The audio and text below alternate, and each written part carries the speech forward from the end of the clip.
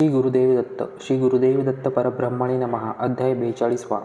पंचक्रोश यात्रा, काशी क्षेत्र महिमा, सायनदेवास वर प्रदान. सिद्धमुनी म्हणाले, हे शिष्योत्तम नाम धरगा. नंतर त्या तपस्वी अवधूतांनी बालब्रह्मचारीला पंचक्रोश यात्रेचा क्रम सांगण्यास आरंभ केला. सर्वप्रथम पंचक्रोश यात्रेचा संकल्प करून आधी स्वर्गद्वारभुवनी जावे. तिथून गंगा केशवाला भक्तीने पूजन हरिश्चंद्र मंडपाला जावे. नंतर तिथे जवळ असलेल्या विस्तृत अशा मणिकर्णिका तीर्थाला भेट देऊन विधियुक्त संकल्प करावा. यात्रेच्या प्रथम दिनी केवळ हविष्यान्न सेवन करून शुचित्व पाळावे. द्वितीय दिनी प्रभाते गंगेत स्नान करून नम्रतेने कारुण्यभावाने करुणाकर धुंडीराजाला प्रार्थना करावी. तसेच गंगा मातेला वंदन करून विश्वनाथाला भेट देऊन भवानी शंकराची पूजा करावी.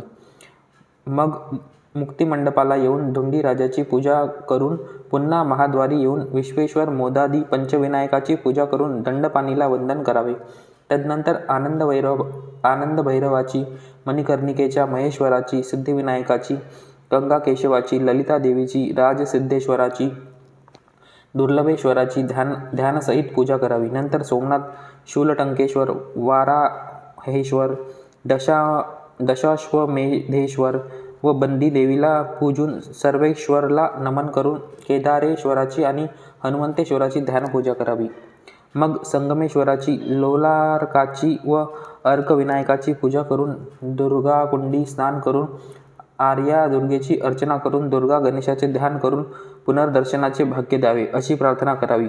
विश्वकूपी स्नान करून ईश्वराची, कर्दमतीर्थी स्नान करून कर्दमेश्वराची पूजा करावी. नंतर कर जोडून सोमनाथाशी, विरूपालिंगाशी, नीलकंठाशी व नागनाथाशी पुनर्दर्शनाचे भाग्य देण्यास विनवून त्याची पूजा करावी. पुढे चामुंडा, मोक्षेश्वर, वरुणेश्वर, वीरभद्र, द्वितीय दुर्गादेवी आणि विकटाक्षदेवी या सर्वांची मनोभावे पूजा करावी. नंतर उन्मद भैरव, विमलार्जुन, काळकुट देव, महादेव, नंदिकेश्वर, भैरव, भृंगेश्वर या सर्व देवाचे यथोचित पूजन करावे.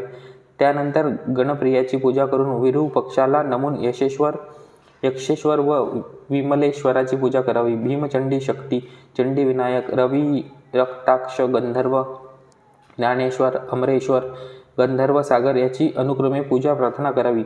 एकपादविनायक भैरव, संगमेश्वर, भूतनाथ, सोमनाथ, कालनाथ, कपर्देश्वर, नागेश्वर, कामेश्वर, गणेश्वर, विश्वेश्वर, चतुर्मुखी विनायक, देहली विनायक, षोडश विनायक, षोडश उदंड गणेश्वर यांना भक्तिपूर्वक पूजावे. बृहदाकारी उत्कलेश्वर, एकादश रुद्राचे पूजन करून तपोभूमीला जाऊन रामेश्वर तथा सोमनाथाची प्रसन्न चित्ताने पूजा करावी. त्यानंतर भरतेश्वराची, लक्ष्मणेश्वराची, शत्रुघ्नेश्वराची, भूदेवीची पूजा करावी. तसेच असंख्यात वरुण तीर्थाजवळ जाऊन भक्तीने असंख्यात लिंगाची, थोर सिद्धेश्वराची व पशुपानी विनायकाची पूजा करून नमस्कार घालावा. मग पृथ्वीश्वराला नमून शरयूकूपी व कपिल धारणेत स्नान करावे. नंतर ऋषभध्वजाची पूजा करून ज्वालानरसिंहाला वंदून वरुणा संगमी स्नान करून श्राद्धादी कर्म आचरावेत. पुढे संगमेश्वराची, सर्व विनायकाची, केशवाची पूजा करावी. तदनंतर प्रल्हादेश्वराला पूजून कपिलतीर्थी स्नान करून भक्तिभावाने त्रिलोचनेश्वराची पूजा करावी. पुढे महादेव, पंचगंगा तीरी असलेल्या बिंदू माधव, मंगळागौरी, गभस्तेश्वर, वसिष्ठ, वामदेव, पर्वतेश्वर, महेश्वर, सिद्धिविनायक, सप्तफणीश्वर, सर्व गणेश या साऱ्यांची पूजा करावी. नंतर मणिकर्णिकेत स्नान करून विश्वेश्वराचे स्मरण करून महादेवाची पूजा करावी. मुक्तिमंडपाला पोहोचून महाविष्णूची पूजा करून दंडपाणी व धुंडीराजाची पूजा करावी. मग आनंद भैरवाची पूजा करून आदित्यशाला नमून भक्तीने मोदादी पंचविनायकाची पूजा करावी. तसेच विश्वेश्वराची पूजा करून मोक्षलक्ष्मी विलासिनीला नमन करून देवासमक्ष थांबून या श्लोकाचे पठण करावे. जय विश्वेश विश्वात्मन काशीनाथ जगतपते, त्वत्प्रसादान महादेवता कृता क्षेत्र प्रदक्षिणा, अनेक जन्म पापानी कृतानी मम शंकर, गतानी पंचक्रोशात्मा कृता लिंग प्रदक्षिणा. नंतर शिवध्यान करून मुक्तिमंडपात येऊन क्रमशः अष्टस्थानी नमन करावे. मुक्तिमंडप शृंगार मंडप, स्वर्ग मंडप, ऐश्वर्य मंडप, दान मंडपाला जाऊन नंतर मोक्ष लक्ष्मी विलासिनी स्थानाचे मुक्ती मंडप, आनंद मंडप यांना भक्तिपूर्वक वंदन करावे. अशा प्रकारे त्या बालकाला काशी यात्राक्रम निरूपण करून त्याला अजून एक यात्रा प्रकार सांगितला.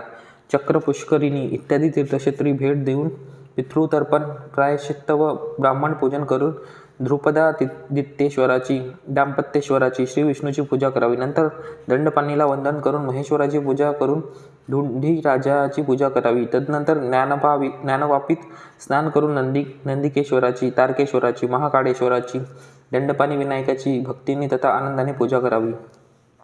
मग विश्वेश्वराच्या स्थळी जाऊन शुक्ल पक्षाच्या प्रतिपदेला मत्स्योदर तीर्थात स्नान करून ओंकारेश्वराची पूजा करावी. तिथे त्रिलोचन महादेवाची 2 लिंगे आहेत. द्वितीय दिनी एकाची व तृतीय दिनी दुसऱ्याची, चतुर्थ दिनी कांचीवास लिंगाची, पंचम दिनी रत्नेश्वराची, षष्टम दिनी चंद्रेश्वराची, सप्तम दिनी केदारेश्वराची, अष्टम दिनी धूमेश्वराची, नवम दिनी विश्वेश्वर लिंगाची पूजा करावी. दशम दिनी कामेश्वराची, एकादश दिनी विश्वेश्वराची, द्वादश दिनी मणिकर्णिकेश्वराची, त्रयोदश दिनी प्रदोषसमयी अविमुक्तेश्वराची, चतुर्दशी दिनी विश्वेश्वराची पूजा करावी. या प्रकारे शुक्ल पक्षात यात्रा करावी. नंतर कृष्ण पक्षाच्या प्रथम दिनी वरुणा नदीमध्ये स्नान करून शैलेश्वराचे दर्शन घेऊन संगमात स्नान करून संगमेश्वराची पूजा करून स्वर्गतीर्थात स्नान करून स्वर्गेश्वराची पूजा करावी. दुसऱ्या दिवशी मंदाकिनी स्नान करून मध्यमेश्वराची पूजा करून मणिकर्णिकेत स्नान करून ईशान्येश्वराची, हिरण्यगर्भेश्वराची पूजा करावी. नंतर धर्मकूपी स्नान करून गोपज्ञेश्वराची पूजा करावी. 7व्या दिवशी कपिलधारा तीर्थात स्नान करून ऋषभध्वजाची पूजा करावी. पुढे उपाशांतिकूपी स्नान करून उपाशांतेश्वराला पूजावे. शिवध्यान करत पंचचूडोहात स्नान करून ज्येष्ठेश्वर, चतुसमुद्रकूपी स्नान करून समुद्रेश्वर व देवापुढे असणाऱ्या जलाशयात स्नान करून शुक्रेश्वर, दंडकात स्नान करून व्याघ्रेश्वर, शौनकेश्वर तीर्थात स्नान करून शौनकेश्वर आणि जंबूतीर्थात स्नान करून जंबुकेश्वराची पूजा करावी. नंतर शुक्ल व कृष्ण पक्षाच्या अष्टमीला मोक्षेश्वर, पर्वतेश्वर, पशुपतेश्वर, गंगेश्वर, नर्मदेश्वर, भक्तेश्वर, गभस्तीश्वर, मध्यमेश्वर, तारकेश्वर अशा 9 लिंगाची भक्तिभावाने पूजा केल्याने अतिशय पुण्य लाभते. तसेच अग्निध्रुवेश्वर, उर्वशीश्वर, नकुलेश्वर, आषाढेश्वर, भारतभूतेश्वर, लांगुलेश्वर, त्रिपुरांतकेश्वर, प्रकामेश्वर, पितेश्वर, मंदालिकेश्वर, तिलपर्णेश्वर अशा 11 लिंगाची पूजा करावी. नंतरची यात्राविधी शुक्ल पक्षाच्या तृतीयेला 8 ठिकाणी भेट द्यावी. प्रथम गोप्रेक्ष तीर्थात स्नान करून भाडनेत्रिकेची पूजा करावी. त्यानंतर ज्येष्ठ वापीत स्नान करून ज्येष्ठ गौरीची पूजा करावी. शृंगार वापी येथे स्नान करून शृंगार गौरीची पूजा करावी. ललिता तीर्थामध्ये स्नान करून ललिता देवीची पूजा करावी. भवानी तीर्थात स्नान करून भवानीची पूजा करावी. बिंदू तीर्थात स्नान करून मंगला गौरीचे पूजन करावे व नंतर देवी लक्ष्मीची भक्तिभावाने पूजा करावी. चतुर्थीला तीर्थयात्रा संपवून सर्व गणपतीला मोदक नैवेद्य अर्पण करून पूजन करावे आणि कार्यात येणारे विघ्न दूर करण्यासाठी प्रार्थना करावी. याशिवाय मंगळवारी व रविवारी भैरवाची यात्रा करून षष्ठीला त्याची पूजा अवश्य करावी. सप्तमीला आणि रविवारी सूर्यनारायणाच्या मंदिरात जाऊन त्याची पूजा करावी. अष्टमी व नवमीला माता चंडीचे दर्शन घेऊन तिची पूजा करावी. या प्रकारे काशी विश्वेश्वराची यात्रा क्रमाने संपून शेवटी स्वतःच्या नावाने सोमेश्वर नामक एक लिंग करावे अशी सूचना देऊन ते तपस्वी अवधूत म्हणाले, हे बालका, या प्रकारे यात्रा करून तू मनोवांछित आशा पूर्ण करून घे. गुरु तुझ्या मनाशिवाय अन्य कुठेही नाहीत. शुद्ध प्रज्ञा व चैतन्य हे परात्पर गुरु आहे. निरंतर गुरुस्मरण करीत यात्रा कर. त्यात खंड पडू देऊ नकोस. तेव्हा शंकर तुझ्यावर प्रसन्न होईल. असे सांगून ते तपस्वी अदृश्य झाले. त्याला भेटलेल्या तपस्वी निश्चितपणे गुरुच अथवा श्रीशंकरच असणार अशी त्या बालकाची भावना झाली. त्याच्या वचनाला तो प्रेरित झाला. मनातल्या साऱ्या इच्छा पूर्ण होणार असा आत्मविश्वास त्याच्या मनात निर्माण झाला. गुरुभक्तीमुळे सकल अभिष्ट खरोखरच पूर्ण होतील आणि गुरु कधीच अपयशी ठरत नाही हे जाणून तो संतुष्ट झाला. निरंतर शंकराची आराधनाही न करता केवळ गुरुकृपेद्वारे अलभ्य असलेला श्रीशंकर आपल्याला भेटेल असा विचार करतच गुरुस्मरणात निरत होऊन तातडीने काशी क्षेत्र गेला. त्या तपस्वीने उपदेश केल्याप्रमाणे विधीपूर्वक यात्राक्रम करून भक्तिपूर्वक काशी विश्वेश्वराचे पूजन त्याने केले. त्याच्या उत्कट मुक्त भक्तीला प्रसन्न होऊन भगवान शंकर लिंगातून प्रकटले व त्याला दर्शन दिले. पुढे आशीर्वाद देत म्हणाले, बालका, परमात्मा तत्व गुरुतत्वात बिंबित असते. तुझ्या गुरुभक्तीला मी प्रसन्न झालो आहे. श्री गुरूंवर तुझी अपार श्रद्धा, भक्ती व विश्वास आहे. तुझी आंतरिक अभिलाषा काय आहे हे मला सांग. त्यावर त्या बालकाने श्री शंकरासमोर गुरूंच्या कुटुंबियांनी जे जे अनावयास सांगितले त्याविषयी सारे सांगितले. श्री शंकराने त्याला साऱ्या गोष्टीची पूर्तता करून दिली व सांगितले, हे बालका, तुझी गुरुभक्ती पाहून मी तर तृप्तच झालो. गुरुभक्ताला कोणत्याही आध्यात्मिक साधनेची आवश्यकता नसते. केवळ गुरुवरील भक्ती त्यांच्या सर्व कामना पूर्ण करते. तू परमार्थही साध्य केले आहेस व तुझ्याकडून चतुर्विध पुरुषार्थही साध्य होतील. तुला सृष्टी रचण्याची गुणवत्ताही प्राप्त होईल. वर प्राप्त केलेला तो बालक विचार करू लागला. सकल देवता पूजा करून तृप्त केल्याशिवाय वश होत नाहीत आणि इष्टार्थ पूर्ण करत नाहीत, परंतु करुणामयी भोळाशंकर केवळ गुरुकृपेमुळेच मला भेटला हे निश्चित. आयासयुक्त यज्ञ, तप, याग इत्यादी दीर्घ समय घेणारे देवताकृत न आचरता, कुठल्याही प्रकारचे विशेष प्रयत्न न करता केवळ गुरुकृपेच्या बळावर परशिवाचे दर्शन मला झाले व त्यांचा अनुग्रह लाभला. अशा प्रकारे यात्रा पूर्ण करून झाल्यावर त्वष्टा ब्रह्मकुमाराने तिथे एका शिवलिंगाची स्थापना केली. हे नामधारका, श्रीशंकराचा वर प्राप्त करून घेतलेला सर्व शक्तिमान होतो. या प्रकारचे लोक अत्यंत कठीण वाटणारे कार्यसुद्धा हाती घेऊ शकतात.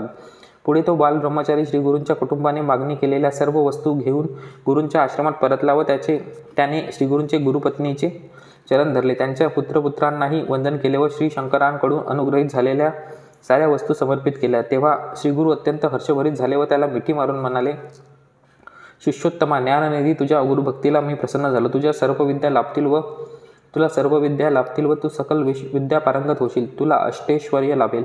तुझ्या वंशात त्रिमूर्तीचा जन्म होईल. सुंदर बळकट घरासह आमच्या सर्व इच्छा पूर्ण तू केल्यात तुझी कीर्ती अजरामर होईल.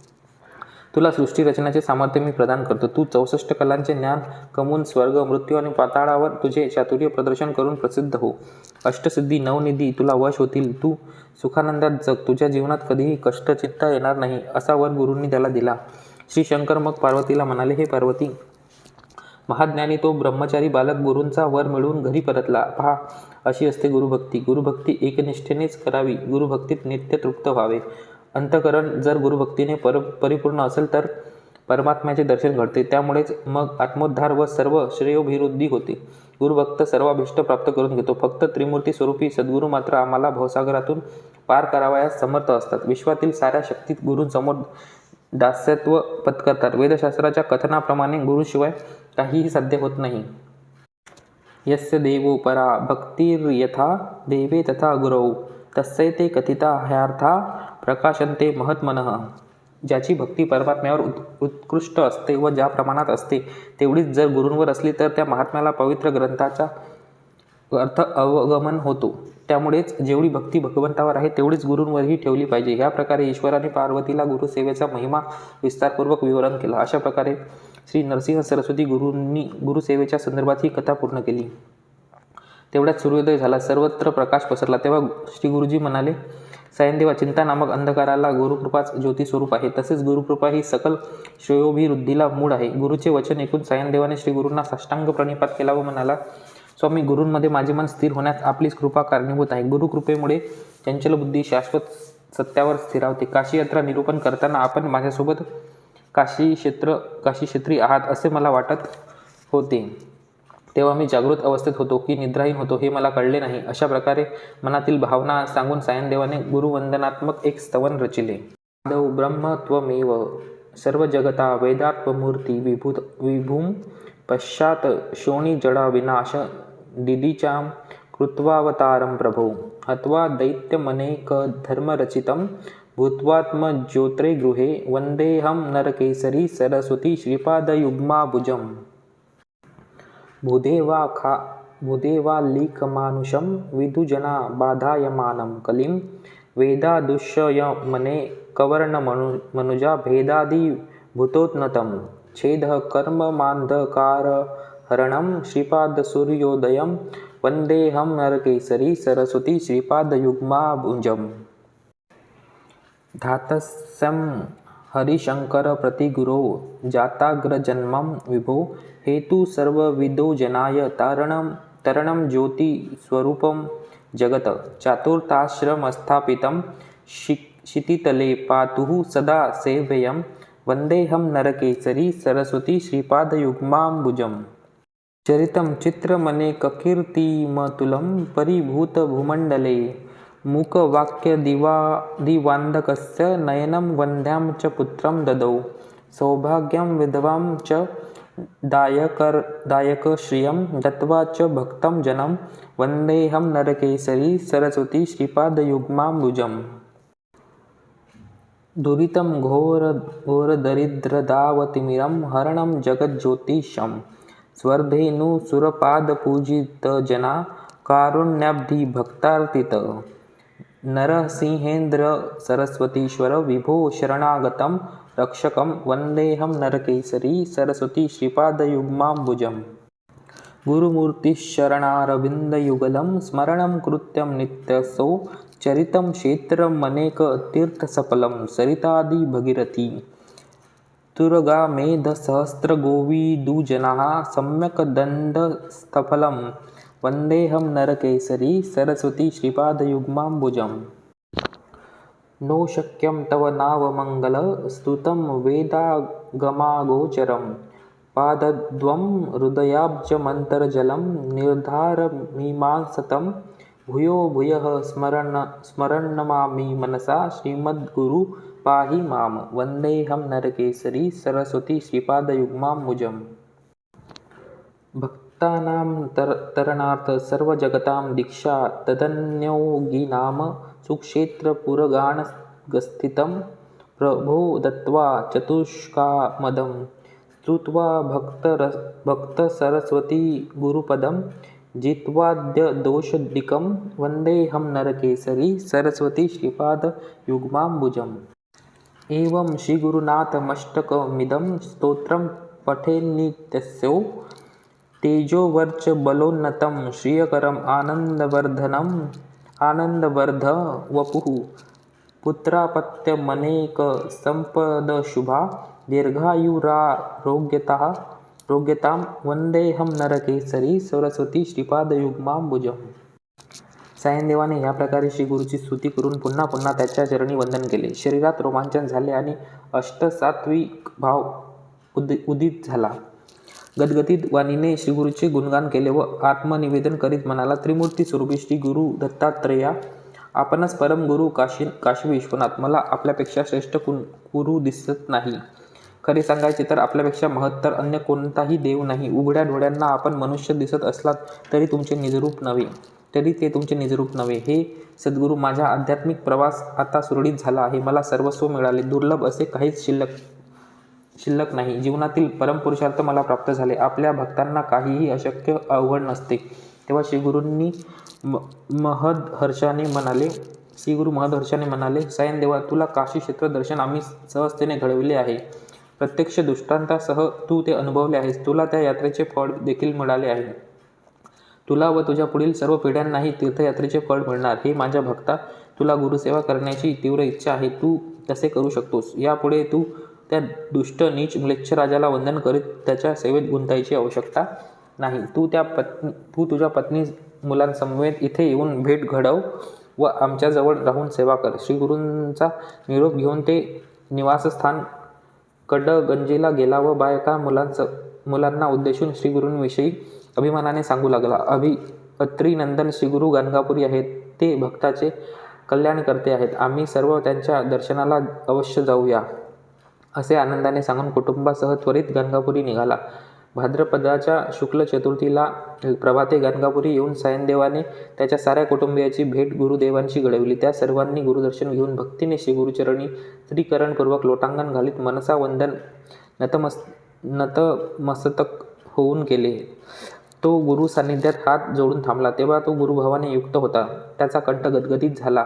त्याच्या मुखातून शब्दच बाहेर येईना. तरीही आंतरिक भावनेने अनेकविध प्रकारे गुरुस्तवन करीत म्हणाला, हे त्रिमूर्ती स्वरूपी गुरुदेवा, गुरुतत्व जाणण्यासाठी पृथ्वीवर आम्हाला अनेक जन्म घ्यावे लागले. आपण मूलभूत परात्पर देव आहात. आपण सकल देवता स्वरूपी आहात. हरी, हर, ब्रह्म त्रिमूर्ती देखील तुमचे पूर्ण आकलन करू शकत नाही. असे असताना माझ्यासारखा सामान्य माणूस सामान्य मानवासम दिसणाऱ्या तुम्हाला कसे मानेल व ओळखेल? माझ्या पूर्वजन्मात मी असंख्य पापे केलेली असूनही तुम्ही माझ्यावर कृपा कटाक्ष ओझरला. आपण सनातन आहात.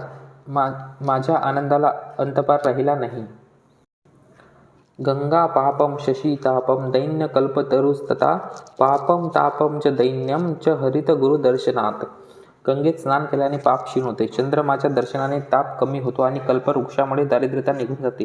पण गुरुच्या दर्शनाने हे तीनही दोष एकाच वेळी परिहार होतात.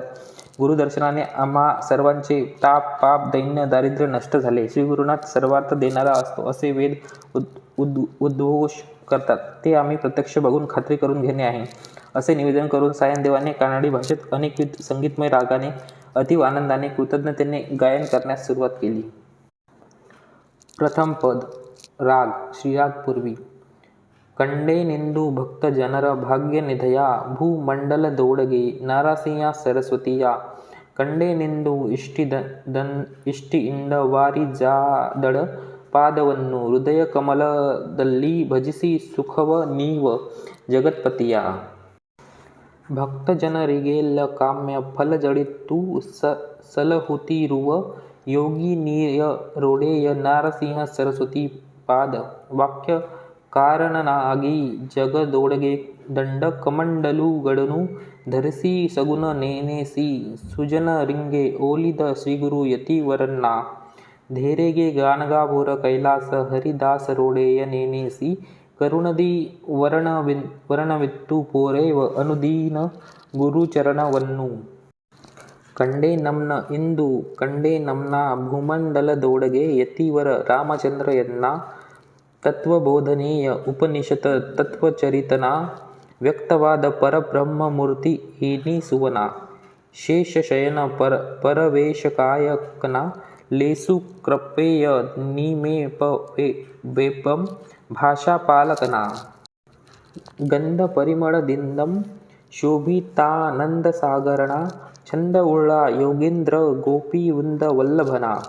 ಮಂತ್ರಕುಟದಿ ಮೇರೆದು ಸ್ವಾತಂತ್ರ್ಯನಾದವನ ಎಂದು ನಿಗಮಾಗಮದ ಸಕಳ ಕಾಂತಿಯುಳ್ಳವನ. ಕರಿರಾಯ ನೀ ಪಂಗೆ ವರದ ಗುರುರಾಯನ ನರಸಿಂಹ ಸರಸ್ವತೆಂಬ ನಾದಪುರುಷ ನಾಮಕನ. ಕಂಡೆ ನಾನೆಂದು ಶ್ರೀಗುರುವರಣಂ ನಾರಸಿಂಹ ಸರಸ್ವತೀಯಂ ಕಂಡೆನಿಗ ಭೂಮಂಡಲದೊಡೆಯನ ದಂಡಕಮಂಡಲು ಚಂದದಿ ಪೀಡಿದೀಹ ಕಂಡೆ ನಾನಿಂದು. ದುಷ್ಟಜನರ ಶಿಕ್ಷಿಸುವಂ ಶಿಷ್ಟಜನರ ರಕ್ಷಿಸುವಂ ಕಷ್ಟ ನಷ್ಟಗಳ ಪರಿಹರಿಸುವ ಇಷ್ಟಗಳನ್ನೀವ ಸೃಷ್ಟಿಯೋಳ ಭಕ್ತರ ತಟ್ಟನೆ ಪೋರೆಯುವ ದಿಟ್ಟ ಶ್ರೀ ನರಹರಿ ಸರಸ್ವತಿ ಗುರುವನ್ನು. ರಜಕನಾದವಗೆ ರಾಜವನ್ನಿತು ನಿಜ ಸುಖವನೆ ಕೊಟ್ಟು ಭಜಕರಾದವರೋಡ ನೀ ಮನವಿಟ್ಟು ಅಜಪದವಿಯ ಕೊಟ್ಟು ಈ ಜಗದೋಡುವರ ಗಾನ್ಗಾಪುರದಿ ಸೋಜಿಗದಿಂದಲೇ ತೇಜದಿ ತೋರುವ. ದತ್ತಾತ್ರೇಯ ನೀಂಬ ಗುರುವರನೆ ಸ್ತುತಿಸುವೆ ನಿನ್ನನೆ ಸುಕ್ತತೀರ್ಥಗಳ ಚರಿಸುತ್ತಿರುವ ಎತ್ತಲು ವರಿಸುವ ಕೃತಿವಾಸವರ ಉತ್ತಮ ರೂಪನೆ ಅತ್ತಿಯ ಕಟ್ಟಿಗೆ ಚಿಗುರಿಸಿ ತೋರಿಸಿದ. ಲಕ್ಷ ಭಜಕರಿಗೆ ಜ್ಞಾನವಿತ್ತು ಆ ಕ್ಷಣ ಸುಖವಿತ್ತು ಭಿಕ್ಷಾವೃತ್ತಿಗೆ ಪೂಗುತ್ತಲಾಗ ಇಕ್ಷಿಸಿವರ ಸತಿಯ. ಆಕ್ಷಣದೋಳು ಗೊಂಡೆಮೆಯ ನಿಕ್ಷಿಸಿ ಹಾಲನು ಕರೆಸೂತ ಮಹಿಮೆಯ ತೋರಿದ ಕಂಡೆ ನಾನಿಂದು. ಅಂದು ಬಡಬ್ರಾಹ್ಮಣ ಬರಲು ಅಂದದೋಳವನಿಂದ ಚಂದದಿ ನಾಲ್ಕ್ಯಾಸಿರ ಜನರಂ ಆನಂದದಿ ಭುಜಿಸಿದ. ಅಂದ ವಿಪ್ರರು ವಾದಕ್ಕೆ ಬರಲು ಚಂದದಿ पतितनी वेदवने उसिर्द गुरुवरणम. पुढे सिद्धमुनी म्हणाले, नामधारका, तुझ्या वंशातल्या सायनदेवाने श्रीगुरूची स्तुती करून त्यांना संतुष्ट केले. ज्या प्रकारे माता आपल्या बाळावर वात्सल्य दर्शविते त्याच प्रकारे श्रीगुरूंनी सायनदेवाच्या सर्व कुटुंबियांना त्याच्या निकट घेऊन त्याच्यावर अंतःकरणपूर्वक प्रेमाची धार ओतली आणि प्रीतीने पत्नी मुलांचा क्षेम समाचार जाणून घेतला. सायनदेवाने कुटुंबासमवेत अत्यंत हर्षाने श्रीगुरूंच्या चरणकमलांना नमन केले आणि स्वतः व आपल्या परिवाराविषयी विस्तारपणे सांगितले. तसेच त्याच्या चारही मुलांना गुरुचरणी अर्पण केले. तेव्हा परमदयाळू श्री गुरुदेवाने सायनदेवाच्या ज्येष्ठ पुत्र नागनाथाला जवळ बोलवून करुणाभावाने त्याच्या मस्तकावर वरदहस्त ठेवला आणि सायनदेवाला उद्देशून म्हणाले, सायनदेवा, तुझा ज्येष्ठपुत्र नागनाथ आमचा निजभक्त आहे. त्याला आमच्या अनुग्रहाने पूर्ण आयुष्य, ऐश्वर्य, संतती, सुख हे सर्व काही लाभणार. हा थोर कीर्तिमान होणार. आजपासून तू यवन राजाच्या सेवेतून निवृत्त हो. यापुढे तुला त्याची सेवा करण्याची आवश्यकता नाही. इथेच राहून आमची सेवा कर. सहकुटुंब इथे सुखाने राहा. ज्या दिवशी तू यवन राजाजवळ जाऊन त्याला नमस्कार करशील त्याच दिवशी तू मरणाला पावशील. आता तुम्ही सर्वजण पवित्र संगमावर स्नानादी कर्म उरकून मठात या, असा आदेश दिला. गुरूंच्या आज्ञेनुसार सायनदेवाने कुटुंबासह संगमावर जाऊन स्नान केले व अश्वत्थ वृक्षाची पूजा करून मठात परतला. त्यानंतर गुरुजी सायनदेवाला म्हणाले, सायनदेवा, आज अनंत चतुर्दशीचा शुभदिन आहे. सर्व ब्राह्मण आज अनंताची पूजा करणार.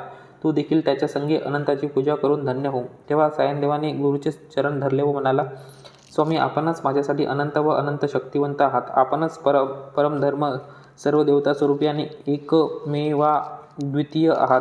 आपली चरणसेवा माझ्यासाठी अनंताची सेवा व अनंताचे व्रत, तीच माझी पूजा. माझी सर्व धार्मिक क्रिया मी तुमच्यासाठीच राखून ठेवली आहे. त्यावर श्री गुरूंनी त्याला आग्रहपूर्वक हितवचन सांगितले. सायनदेवा, अनंत व्रताची महिमा अपार आहे. अनंत व्रताचे वैभव व सामर्थ्य अनुपमेय, अतुलनीय आहे. पूर्वी कौंडिन्य ऋषीने अनंत व्रताचे आचरण करून गमावलेले राज्य व सुख परत मिळविले. ते व्रत सर्वांनी आचरण करावयास योग्य असे एक श्रेष्ठ व्रत आहे. इहपर कल्याणासाठी ते व्रत अवश्य करावे. गुरुवचनाने त्याची चित्तवृत्ती द्रवली. तेव्हा सायनदेव म्हणाला, हे परात्पर गुरुवचन मला प्रमाण व वेदवाक्य आहे. वाक्यांमध्ये गुरुवाक्य श्रेष्ठ आहे. गुरुवचनात सर्वसिद्धी आहे. गुरुपदेश अत्यंत प्रभावशाली साधन व्रत आहे. फक्त तुमच्या अनुज्ञेचे पालन करण्यातच माझे कल्याण आहे. मी अवश्य गुरुवचनाचे पालन करणार, पण त्याआधी आपण अनंत व्रताविषयीचे माझे सारे संदेह कृपया निवारण करा, अशी मागणी त्याने केली. श्री गुरूंनी त्याला अनंत व्रताचे विधान व महिमा सांगण्याचे ठरविले व त्याचप्रमाणे संतोषाने सांगू लागले. असे हे आख्यान सिद्धमुनींनी नामधारकाला सांगितले. मंगलमय श्री गुरुचरित्राच्या श्रवणाने श्री गुरूंचा अनुग्रह लाभतो. काशी यात्रेचा हा अध्याय ऐकल्याने नरजन्म सार्थक होतो. इथे परमकल्याणकारी श्री गुरुचरित्राचा 42वा अध्याय संपन्न होतो. श्री गुरुदेव दत्त. श्री गुरु दत्तात्रेयार्पणमस्तु. श्री स्वामी समर्थ.